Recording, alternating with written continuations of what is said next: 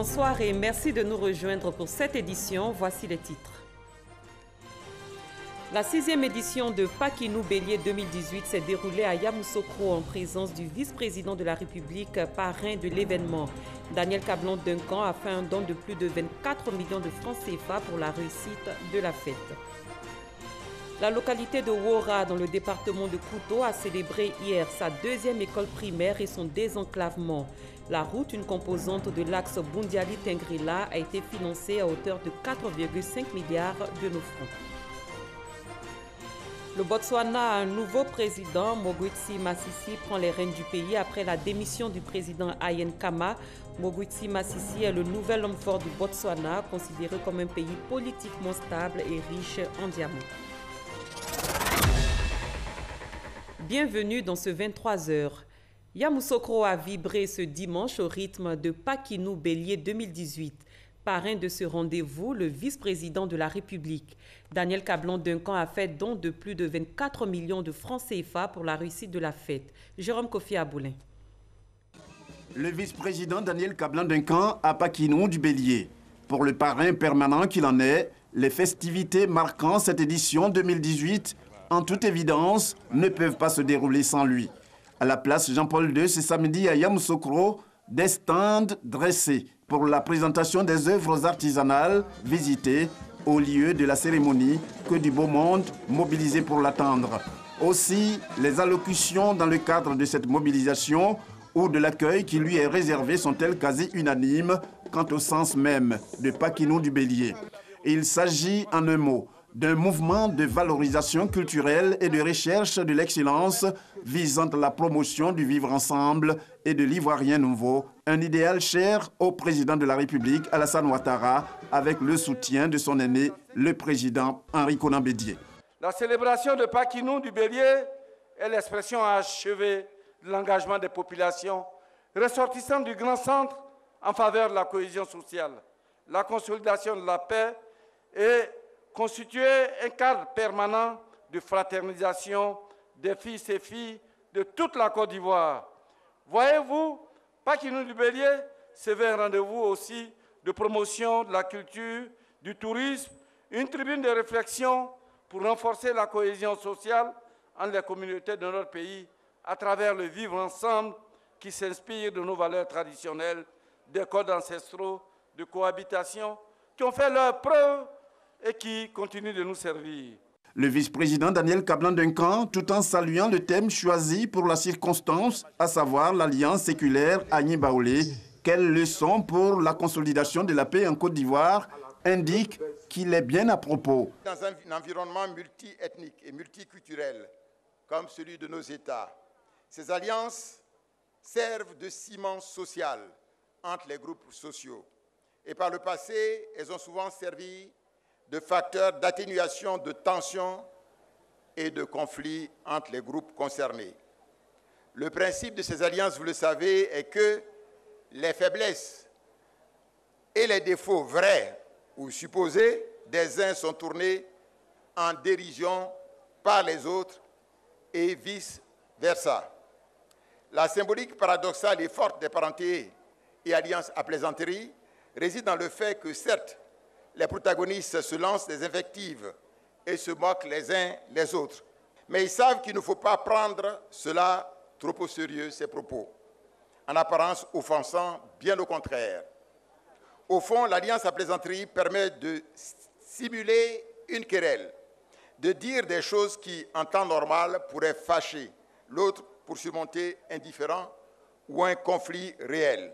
La signature d'accords de partenariat entre le Conseil régional du Bélier et la BCC pour la réalisation de projets de création d'un arboretum de diverses espèces de plantes de la Côte d'Ivoire, les décorations de plusieurs récipiendaires, respectivement au titre de commandeur, d'officier, de chevalier dans l'ordre du mérite de la solidarité et de commandeur, d'officiers dans l'ordre du mérite culturel s'inscrivent aussi au nombre des différents temps forts, sans compter les échanges de dons.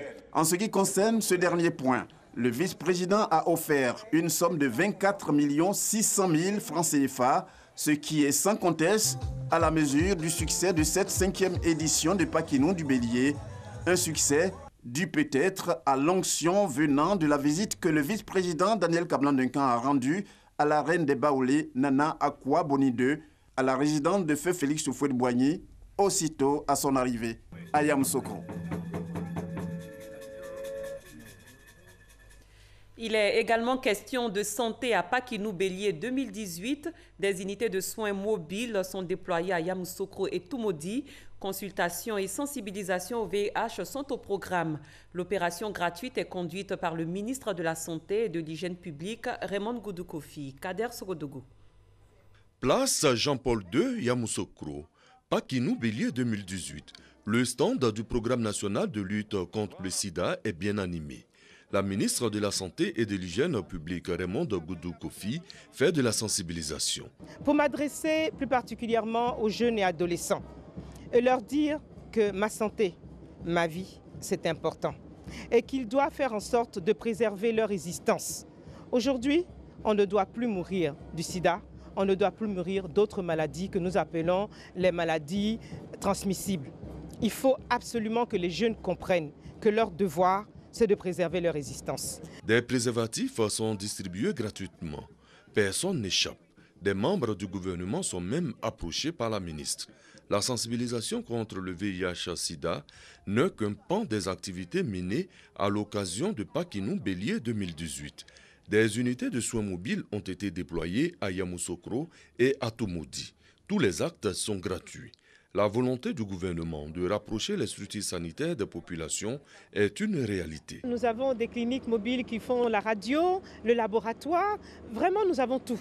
Et donc, nous allons à la rencontre. Vous savez que c'est la politique du président Alassane Ouattara. Il a dit qu'il voulait une politique de santé de proximité. Il insiste et nous avons concrétisé cela à travers ces cliniques mobiles. Après la région du Bélier, la caravane sanitaire avec les unités de soins mobiles ira vers San Pedro et la région de Gbeke. Paquinou en pays baoulé constitue un véritable moment de retrouvailles, notamment pour mener des actions de développement. De nombreux villages travaillent pour le bien-être des habitants à travers une mutuelle de développement. De nombreuses infrastructures sociales ont ainsi été réalisées, nous dit Kader Sogodougou. En période de Pâques, de nombreuses personnes issues, en majorité du centre de la Côte d'Ivoire, regagnent leur localité d'origine. Ce phénomène, baptisé Paquinou, permet à de nombreux cadres de se pencher sur le développement de leur terroir. Des mutuelles ont vu le jour pour parfaire les choses. Dans la région de Yamoussoukro, le Conseil pour le développement du Nanafoué est un regroupement de 34 villages. Dans chaque village, des actions de développement existent. À Tounzebo, un forage va venir réduire les difficultés d'accès à l'eau potable. Ici, il y a des problèmes d'eau. Le gouvernement est en train de le résoudre, mais nous, à notre modeste niveau, nous allons porter de l'eau aux familles pour soulager un temps soit peu nos populations jusqu'à ce que le problème soit complètement résolu. L'aspect festif de Paquinou cache bien le côté développement. Aujourd'hui, Paquinou, on se retrouve pour penser développement. C'est dans ce cadre que vous me voyez dans une tenue de CEDENA qui regroupe tous les cadres du canton Nanafoué et un pour département à Tchégouakro. Les parents restés au village bénéficient de cette nouvelle dynamique. Pendant Paquinou, quand nos cadres viennent au village, ils viennent nous aider, on est heureux. Grâce à notre activité, on a réussi à construire une maison. La maison est là. L'essor du village, une priorité. Quand nous allons en ville, nous partons, nous voyons des trucs nouveaux. Et nous envoyons cela au village pour pouvoir développer nos villages. Paquinou, ce n'est pas seulement manger, boire, danser ou s'adonner à de mauvais comportements. Paquinou, c'est surtout le développement. C'est sacré comme le Goli.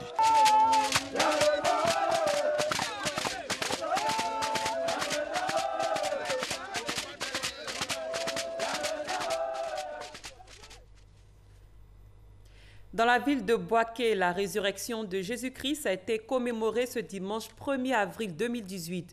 Au cours de la fête de Pâques, les fidèles catholiques ont été invités au pardon et à la culture de la paix. Kwadio Kwami. Boaké, paroisse Saint-Pierre de Nimbo. Ce lieu de culte ne désemplit pas en ce jour de Pâques. Les fidèles chrétiens catholiques de cette paroisse sont tenus à célébrer dans la ferveur religieuse le passage de la mort à la vie de Jésus crucifié. Occasion pour le célébrant du jour, l'abbé Maxime Gbende, d'inviter les fidèles à faire preuve de pardon à l'image de leur Seigneur. Pour les fidèles, la résurrection de Jésus-Christ est le symbole du renouveau. Pâques est une fête juive. Elle commémore le miracle de la libération du peuple juif sorti d'Égypte, traversant la mer Rouge. Pâques est également la résurrection de Jésus-Christ. En ce jour, le cadeau le plus distribué est l'œuf de Pâques, comme le veut la tradition. Parlons développement, le village de Wora, dans le département de Kouto, a célébré hier sa deuxième école primaire et son désenclavement. L'établissement est un don du programme présidentiel d'urgence. La route est une composante de l'axe Bundiali-Tengrela. Elle a été réalisée pour un coût de 4,5 milliards de francs CFA. Léon Brou. Wora, le plus gros et le plus peuplé des villages du département de Kouto. Environ 9000 âmes, mais seulement une école primaire jusqu'à l'an dernier. Pour donc lever les obstacles à la politique de l'école obligatoire, voici la réponse du chef de l'État. Cet établissement primaire de cette classe avec bureau de directeur, tout équipé. L'EPP Wora 2, financé par le PPU, le programme présidentiel d'urgence est opérationnel depuis cette année scolaire. Il y avait des classes de 100 élèves. Nous ne pouvons plus supporter les plaintes des enseignants. En plus de l'école, le réseau routier national s'est vu prolongé à Wora dans le cadre de la réalisation de la route Bundiali frontière Mali de 7 km de bitume, soit 4 milliards 500 millions de francs CFA investis par l'État, la BOAD et la BID pour désenclaver cette localité aussi réputée pour être le grenier de Kouto. Il était pratiquement impossible de faire les 5 km Zaginaso-Wora. Les récoltes, on les avait sur nous, on ne savait que faire. Alors, avec la bretelle qui a été reprofilée d'abord, on ne pouvait pas mesurer la joie de la population. Et lorsque le bitume est venu, c'est la cerise sur le gâteau. Parrain de l'inauguration de la nouvelle école et de la route de Wora, le ministre Bruno Koné explique l'effectif embarquement de la Côte d'Ivoire dans le train de l'émergence, objectif du président Alassane Ouattara. Nous sommes dans la bonne direction. Nous avons une vision, celle du président Alassane Ouattara. Nous avons une action qui est forte sur la totalité du territoire. Nous inaugurons ici une route, mais tous les jours, dans toute la Côte d'Ivoire, des routes s'inaugurent, des ponts s'inaugurent, des écoles sont inaugurées, des centres de santé sont inaugurés. Et d'ajouter qu'aucun Ivoirien ni aucune localité n'est exclu de ce processus, le porte-parole du gouvernement exhorte depuis Wora à soutenir le chef de l'État. Entre autres voies indiquées, l'union, la solidarité et l'entente, gage de paix et de développement. Le district d'Abidjan, la région de la Mai et la commune d'Odiéné ont signé vendredi un accord de coopération, une action pour assurer le mieux-être des populations. C'est le district d'Abidjan qui a servi de cadre à la signature de cet accord. Nadia Edja, Francois Dio.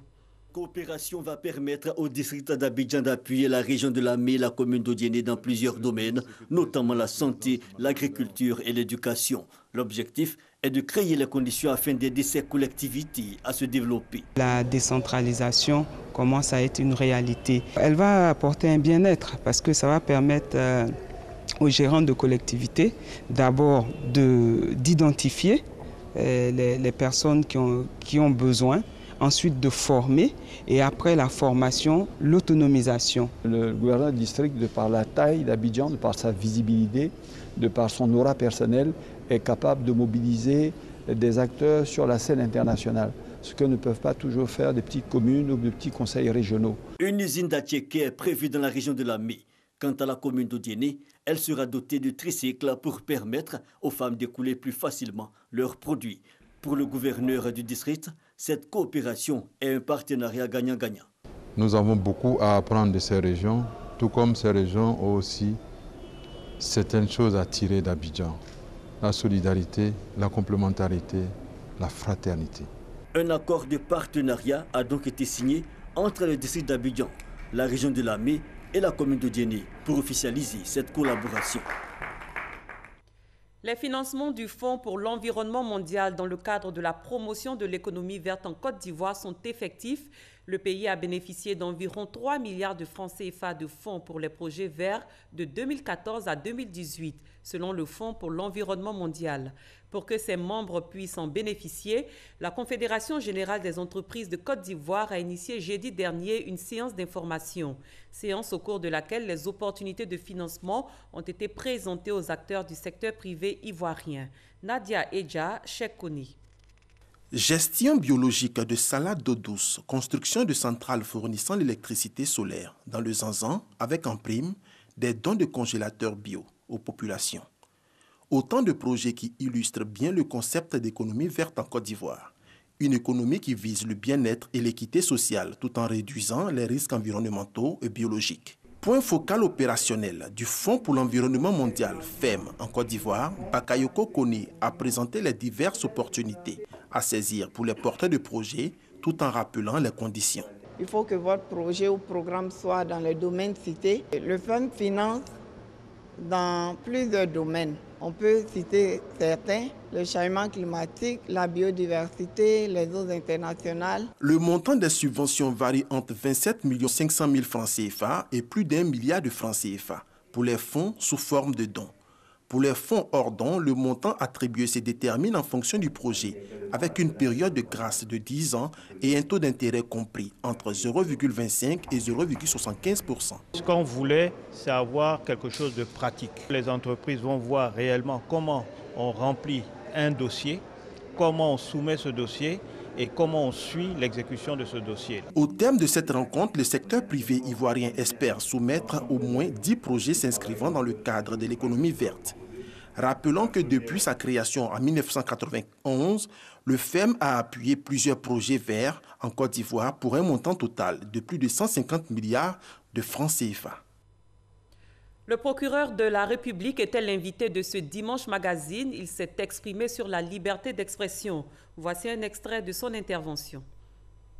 Il appartient à chaque personne qui est journaliste de s'assurer que l'article qu'il va produire ne va pas heurter la loi pénale, notamment des appels au crime, des appels à la haine sociale, des appels au meurtre. Récemment, vous avez vu que sur les réseaux sociaux, il y a des personnes qui ont fait des posts en demandant d'égorger. Évidemment, si c'est ça la liberté d'expression, la liberté de la presse, évidemment, on ne pourra pas vivre en société. Parce que la presse aussi a son rôle à jouer pour la paix sociale. Et il faut qu'elle s'y attelle au lieu de basculer dans les dérives. Parce qu'il faut le dire, la loi de 27 décembre 2017 qui réforme la loi de 2004 parle à la fois de la presse écrite et également de la presse numérique. Et lorsque ce n'est pas conforme à la déontologie et que ce sont des appels plutôt à la destruction, évidemment, ça permet de tomber sous le coup de la loi. L'Office national de la protection civile, en collaboration avec l'Union européenne, a formé des pompiers civils stagiaires. Ils ont été mieux outillés en matière de lutte contre les incendies domestiques et forestiers. Ces apprenants ont reçu leurs attestations au cours d'une cérémonie tenue vendredi dernier à l'école de gendarmerie à Cocody. Ahmed Traoré, Abou Sanougou.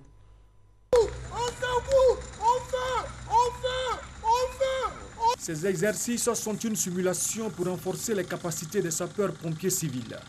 90 pompiers civils stagiaires ont durant 21 jours bénéficié de formations en technique de lutte contre les incendies domestiques et forestiers. Une formation qui s'inscrit dans le projet global, financé et mené par l'Union européenne en collaboration avec l'ONPC, l'Office national de la protection civile. Quand une grosse institution comme l'Union européenne finance des projets, elle ne voit pas forcément directement, on finance, on est dans des bureaux, on fait des contrats, etc. Mais de vous voir aujourd'hui en action, de vous voir totalement opérationnel et encore plus motivé, puisque j'ai entendu que vous étiez une des meilleures promotions jusqu'à présent, donc je vous félicite. Les pompiers civils stagiaires entendent mettre au profit de la population le fruit de leur formation. À l'issue de ce stage initial de formation d'équipiers, vous avez mis tout en œuvre afin que nous prenions conscience de la mission bien grande et honorable qui nous attend. Croyez-nous, nous ne saurons vous décevoir. Ils sont 1497 pompiers au total qui doivent bénéficier de cette formation. À ce jour, 960 ont été formés. Le projet global est estimé à 6,5 milliards de francs CFA. Il devra également prendre en compte la formation, la construction et la rénovation de 10 centres de secours pilotes, l'équipement des centres, la mise en place d'un centre opérationnel au sein de l'Office national de la protection civile. La journée internationale de l'éducation de la fille a été célébrée au lycée Jeune Fille de Yopougon. Le thème choisi cette année, investir dans l'éducation de la fille pour une émergence équitable et durable. L'objectif du gouvernement est d'assurer d'ici à 2020 une éducation de qualité aux enfants de Côte d'Ivoire. Sephora Zegui, Cheikh Koni. Un rapport des Nations Unies fait état de ce que 130 millions de filles dans le monde n'ont pas accès à l'école. Plus d'1 million de filles en Côte d'Ivoire ne vont pas à l'école, selon le même rapport. Chaque année, l'Organisation des Nations Unies consacre une journée à la jeune fille. Objectif, œuvrer pour la scolarisation de la jeune fille. Investir dans l'éducation de la fille pour une émergence équitable et durable, c'est le thème de cette année. Selon Kandia Kamara, ministre de l'Éducation nationale, de l'enseignement technique et de la formation professionnelle, l'État accorde un intérêt particulier à l'éducation de la jeune fille en Côte d'Ivoire. Le plan stratégique de l'éducation des filles, en pointant du doigt les difficultés inhérentes à la vulnérabilité de la fille et aux pesanteurs socio-économiques, montre combien est délicate la scolarisation de la fille. Engageons-nous tous pour l'éducation de nos enfants, singulièrement de la petite fille. C'est ensemble, avec nos filles et nos garçons, femmes et hommes de demain, que nous bâtirons une société émergente, dynamique et prospère. Le représentant résident de l'UNICEF a salué les actions du gouvernement en faveur de l'éducation des filles, qui selon lui illustrent l'importance que l'État accorde à leur éducation. En Afrique, ce sont 51 millions de filles qui ne vont pas à l'école. Le Fonds des Nations Unies pour l'enfance recommande alors aux États de continuer à travailler afin de garantir l'école pour toutes les filles. La deuxième édition du concert hommage aux victimes de l'attentat de Grand Bassam a eu lieu les 30 et 31 mars dernier dans la cité balnéaire. À cette occasion, le président des hôteliers et restaurateurs de Grand Bassam a invité les populations à fréquenter la ville, patrimoine mondial de l'UNESCO. Issaïou.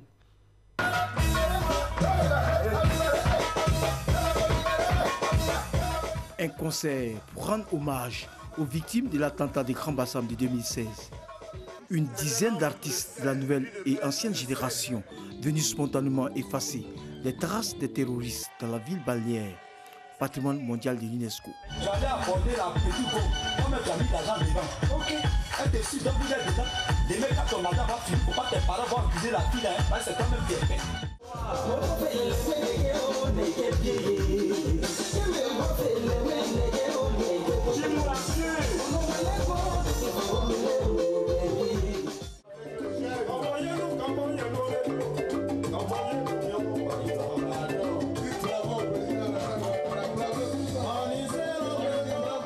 Ce spectacle riche en sons permet au public de savourer des instants inoubliables avec leurs idoles.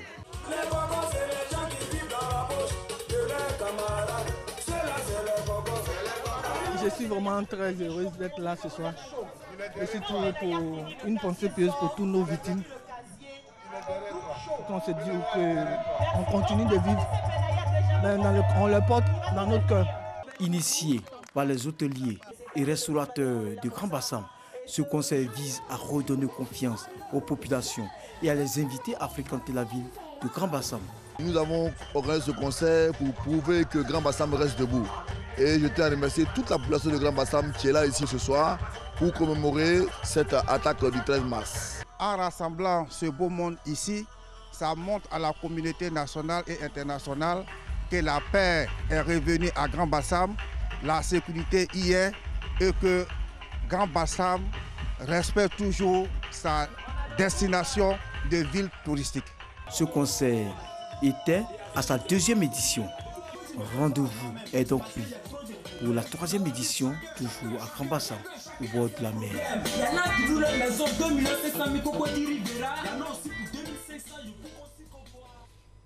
Faisons à présent le point de l'actualité internationale de la semaine. Ce 7 sur 7 est proposé par Moussa Konati.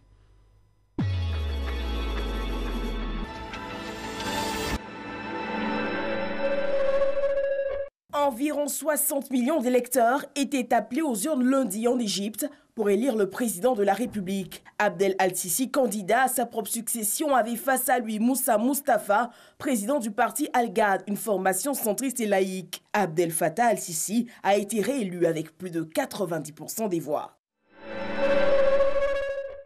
L'OTAN, organisation du traité de l'Atlantique Nord, suit le mouvement d'expulsion de diplomates russes. Mardi, il a décidé de retirer les accréditations à 7 membres de la mission russe et de rejeter 3 demandes d'accréditation supplémentaires. Ce sont environ 150 diplomates russes qui ont été expulsés des États-Unis et de l'Union européenne en réaction à l'empoisonnement de l'ex-espion russe au Royaume-Uni. La réaction de Moscou ne s'est pas fait attendre. Des diplomates occidentaux ont aussi été expulsés de Russie. Kim Jong-un s'est entretenu avec Xi Jinping, le président chinois, à Pékin. Il effectuait sa première sortie à l'étranger depuis son arrivée au pouvoir fin 2011. La rencontre est qualifiée de symbolique et signe de rapprochement entre les deux pays. Selon l'agence Chine Nouvelle, l'homme fort de Pyongyang se dit prêt à un sommet avec le président Donald Trump. Au pouvoir depuis 2008, le président du Botswana, Ian Khama, a annoncé jeudi sa démission de la tête du pays, 18 mois avant la fin de son mandat et les élections générales. Il le fait pour respecter à la lettre la constitution qui limite à 10 ans le règne des chefs d'État. Il devrait laisser le pouvoir samedi. Son vice-président, l'un de ses hommes forts, devrait être investi dimanche. Le président s'était offert une tournée d'adieu dans plusieurs localités du pays. Khalifa Ababakar Sall, le maire de Dakar, a été condamné à 5 ans de prison ferme et une amende de 5 millions de francs CFA. Il est accusé de détournement de deniers publics, escroquerie, faux et usage de faux. Arrivé sous les acclamations de ses partisans au tribunal correctionnel de Dakar, il est reparti sur le pleur, cri et colère. Les Sierra-Léonais ont voté samedi pour choisir un successeur au président Ernest Bai Koroma. Plus de 3 millions de citoyens étaient appelés aux urnes pour ce second tour de l'élection présidentielle. Sont en lice Julius Maabo Bio, l'héritier du président sortant, et Samura Kamara, le candidat du principal parti de l'opposition, arrivé en tête au premier tour. Les résultats sont attendus pour le début de semaine. Lors de son message de Pâques ce dimanche à la basilique Saint-Pierre de Rome, le pape François a réclamé la fin de l'extermination en cours en Syrie. Le pays est épuisé par une guerre qui a fait plus de 350 000 morts et des milliers de réfugiés avec l'implication de belligérants étrangers et de groupes djihadistes. Le pape a aussi encouragé le dialogue en cours sur la péninsule coréenne et la réconciliation en Terre Sainte, théâtre d'affrontements entre Palestiniens de Gaza et militaires israéliens qui ont causé ces derniers jours la mort de 16 personnes.